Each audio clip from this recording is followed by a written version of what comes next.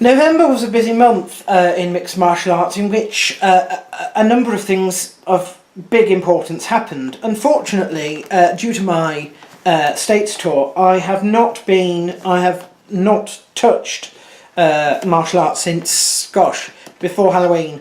So what I'm going to do now is I'm going to make the prediction video for the first event in December, which is next week. And next week I will do my my thoughts, my fighters of the card, and my thoughts, and that will cover most of what happened in this month of November that I've been away. So let's start with the main card, and according to this, we don't know who is fighting Demetrius Johnson. You know, Demetrius Johnson is one of those people who is extremely overlooked. People go on about Josie Aldo, they go on about Conor McGregor, they went on about Rafael dos Anjos, they went on about Frankie Edgar, they went on about most of the people who have held titles in the lower weight categories.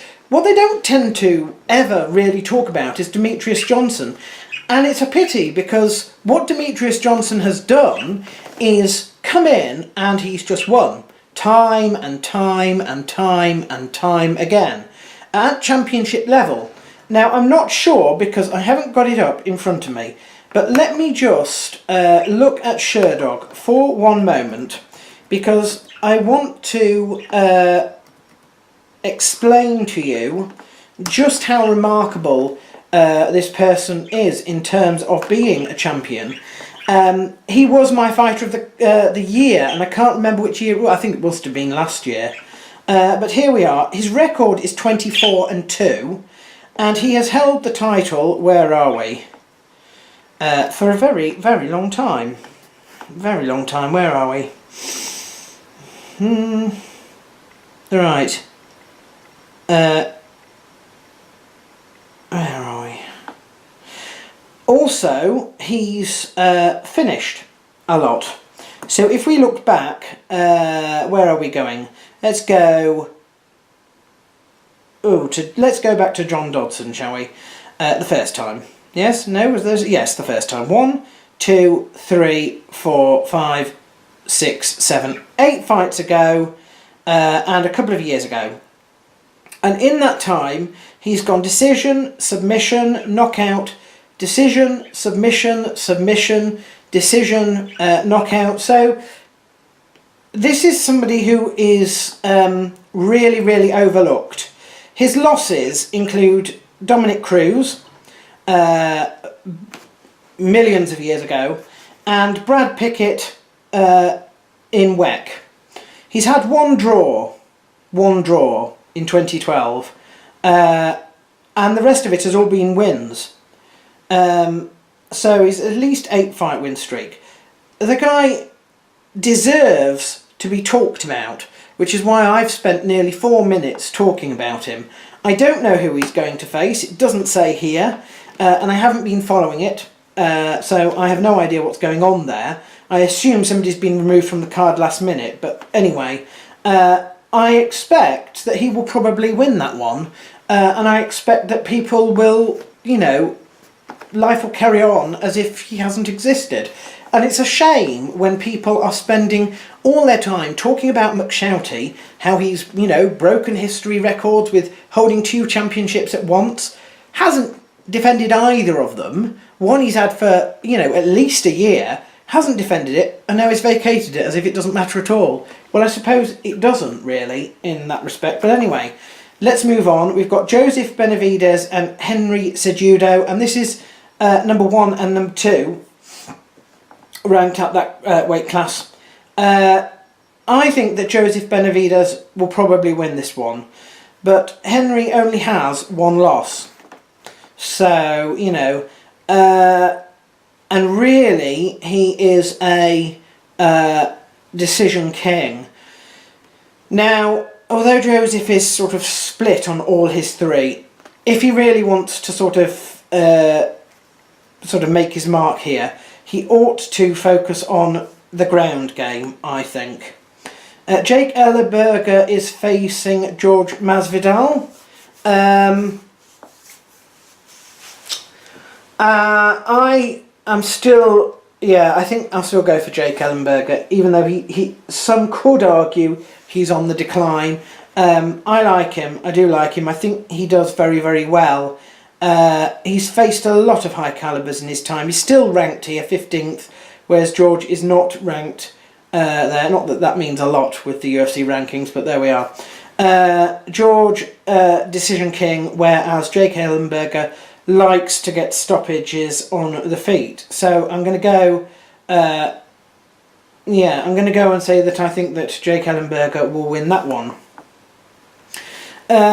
Lon Cute Lubber and Jared Cannonier, no idea.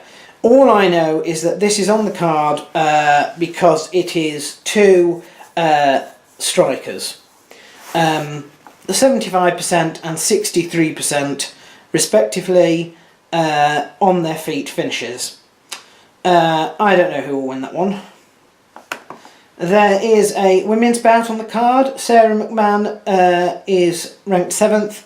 She's fighting Alexis Davis. Now, records, Alexis Davis is much better, but I suppose Sarah is ranked for a reason. She'll probably win that one. Who knows?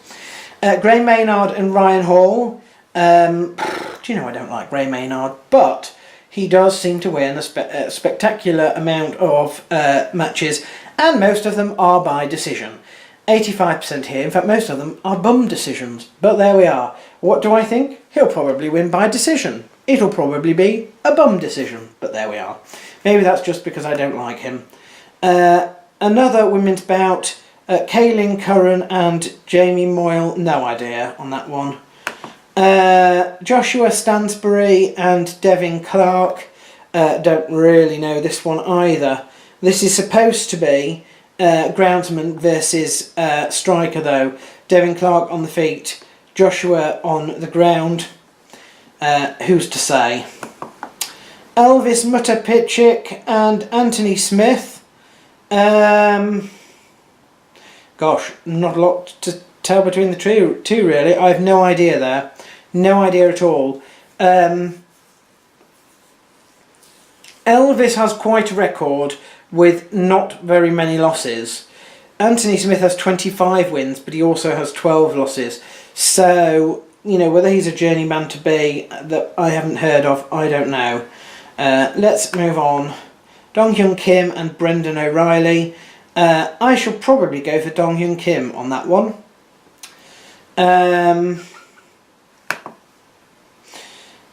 Brandon Marino and Ryan Benoit.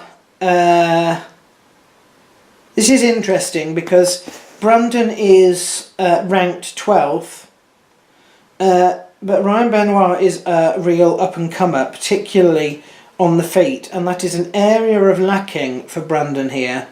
75% for him on the ground, but only 8% on the feet. 78% on the feet for Ryan and 11 on the ground. I might go with Ryan there on the feet. And the last bout we've got Matt Chanel and Rob Font. No idea. No idea at all. Is this a fight night? I think it probably is. Oh, it's not. It's a TUF. It's a TUF finale. Oh, how weird. Considering it's a TUF finale, I seem to know quite a lot of the people on the card. Oh well. So there we are. That is my predictions for that event.